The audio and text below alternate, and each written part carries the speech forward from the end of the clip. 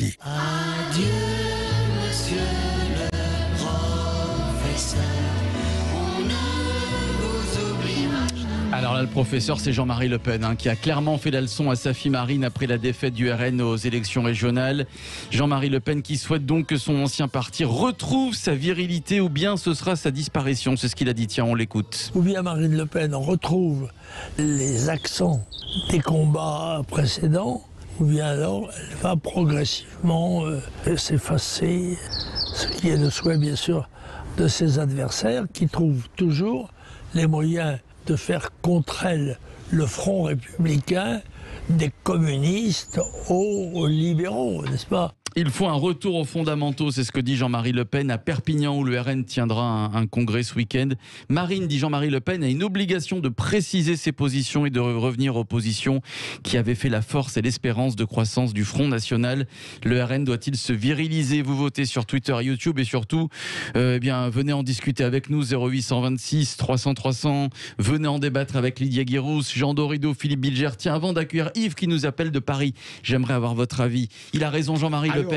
Je distinguerais deux choses. Philippe Bilger. Très rapidement. Le citoyen Bilger, il s'en moque complètement. Et je dirais même que qu'elle reste comme ça et ça me va très bien. Mais du côté du Rassemblement national, lui, il a totalement raison. Ouais. Il est clair que la dédiabolisation opérée sur le plan politique, économique, national et européen, et comprenez bien que dédiabolisation, pour moi, ça n'est pas retombé dans les horreurs historiques du père, mais c'est sûr que ça donne à la tonalité générale du Rassemblement national une tiédeur qui le rapproche des autres partis et qui clairement lui a fait perdre des voix. Ouais, Lydia Guirous, c'est juste après, j'aimerais avoir l'avis du psychologue, vous allez voir pourquoi, sur le terme virilité. Lydia Guirous. Lydia. Oui, c'est pénible de le dire, mais en effet, je pense que l'analyse de Jean-Marie Le Pen est assez juste. Ouais. Marine Le Pen, elle s'est engagée dans une voie qui est celle d'une forme de lissage,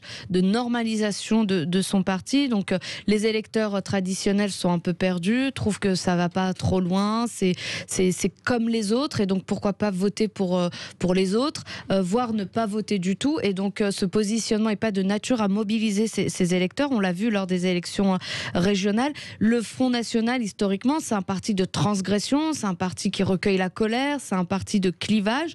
Aujourd'hui, c'est plus le cas. Et je crois aussi qu'il y a un élément, c'est que le nom Le Pen est un frein pour pouvoir élargir et accueillir d'autres électeurs. Donc là, j'ai l'impression que Marine Le Pen, en réalité, elle est dans une impasse et qu'elle ne parviendra pas à casser ce plafond. Mais c'était son objectif, c'était d'en faire un parti un peu traditionnel. Mais vous voyez bien que la stratégie ne fonctionne pas. La stratégie ne fonctionne pas, et puis vous avez d'autres personnalités qui émergent et qui poussent plus à droite encore, qui transgressent. Éric Zemmour, par exemple. Voilà, entre autres. Donc elle se retrouve dans une impasse pour le moment. Alors, là, je vais avoir l'avis du psychologue quand même. La virilité, est-ce que Jean-Marie Le Pen n'est pas un peu jaloux du succès de sa fille ?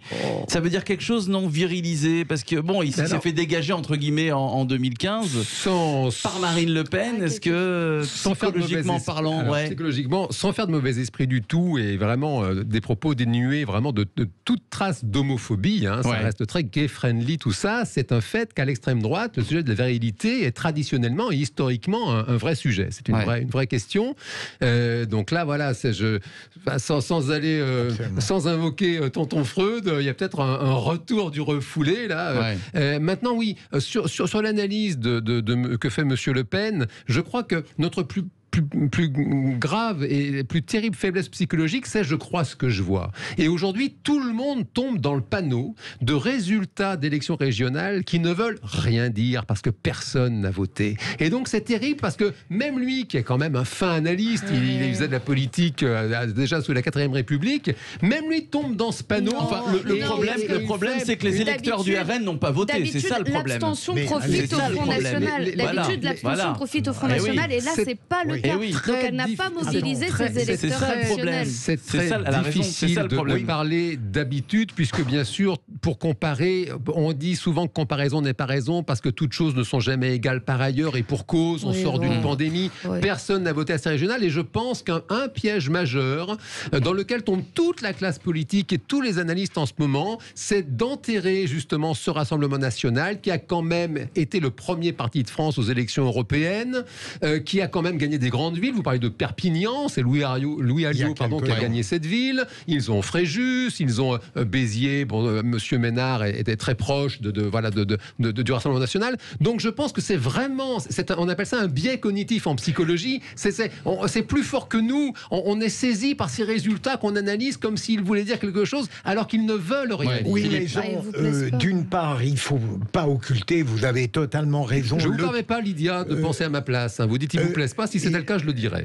Donc ne pensez pas à ma place. Il ne faut pas occulter le désastre de l'abstention, je vous rejoins absolument, mais il me semble qu'on ne peut pas non plus éviter d'aborder le problème de la ligne politique du Rassemblement national, et sans attacher une importance démesurée au sondage. Jean, vous avez vu que l'écart entre Emmanuel Macron et le Rassemblement national au second tour s'est considérablement amplifié. Je n'en tire pas des données, mais je crois que c'est pas uniquement si les sondages ne se trompent pas. Si les sondages ne se trompent pas. Oui. En tout cas, il y a une tendance, c'est ce recul du Rassemblement national pour le moment. C'est peut-être une mauvaise passe, mais c'est quand même, on l'observe élection après élection. C'est un fait. Et on voit surtout qu'il n'y a plus d'éléments distinctifs, il n'y a plus de clivage. Ils disent presque la même chose que beaucoup d'autres. Et donc, pourquoi aller vers un parti où vous n'avez pas des personnes qui sont en capacité de gouverner, plutôt que vers des partis qui sont des partis de gouvernement et qui sont plus sérieux? Yves de Paris est avec nous au 0826 300 300. Bonsoir Yves. Oui, bonsoir. Bonsoir à vous Yves. Alors, sur la réaction de Jean-Marie Le Pen, qu'est-ce que vous en pensez? C'est de l'ego? Oui, je pense que je serais tenté de répondre ce qu'il avait répondu quand on l'avait interrogé. Je n'ai pas étudié spécialement la question, mais je crois que c'est un point de détail. Jean-Marie Le Pen est un point de détail de l'histoire de la politique française. Voilà.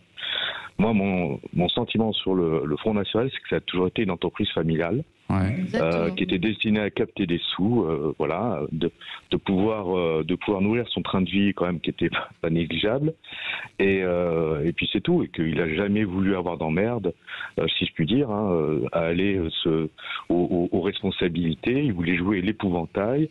Marine est arrivée là avec des ambitions différentes. Alors c'est vrai que son père, vous avez raison, Jean-Marie Le Pen n'a jamais voulu être président de la République. Est-ce qu'elle le veut vraiment, Marine Le Pen? Ah oui. Ah oui. Ah oui, je pense que la vraie différence, elle se situe là. Et que ce qu'a peur Jean-Marie, c'est de voir s'écrouler l'empire Le Pen, c'est-à-dire les finances, des trucs, etc., mais rien d'autre. Pour moi, Le Pen, c'est un mégalo, qui a compris comment fonctionnait le business, qui a su parler aux gens d'État de l'époque, et puis ça lui allait bien comme rôle, d'être un épouvantail, ou les petites phrases, les choses comme ça. Enfin, oui, c'est pas. Oui, mais Yves, je vous trouve non pas méprisant, vous avez tout à fait le droit de dire tout ça, mais je crois tout de même que sur le plan politique, quel que soit le passé de Jean-Marie Le Pen, il donne un bon conseil à sa fille sur le plan du fond du Rassemblement national. On n'est pas obligé d'être pour trouver qu'il donne un bon conseil. En même temps, voir Marine Le Pen aujourd'hui changer à nouveau encore d'orientation, ça va la discréditer totalement. Ça fait des années qu'elle essaye de dédiaboliser, de normaliser le Front National qu'elle a appelé Rassemblement National.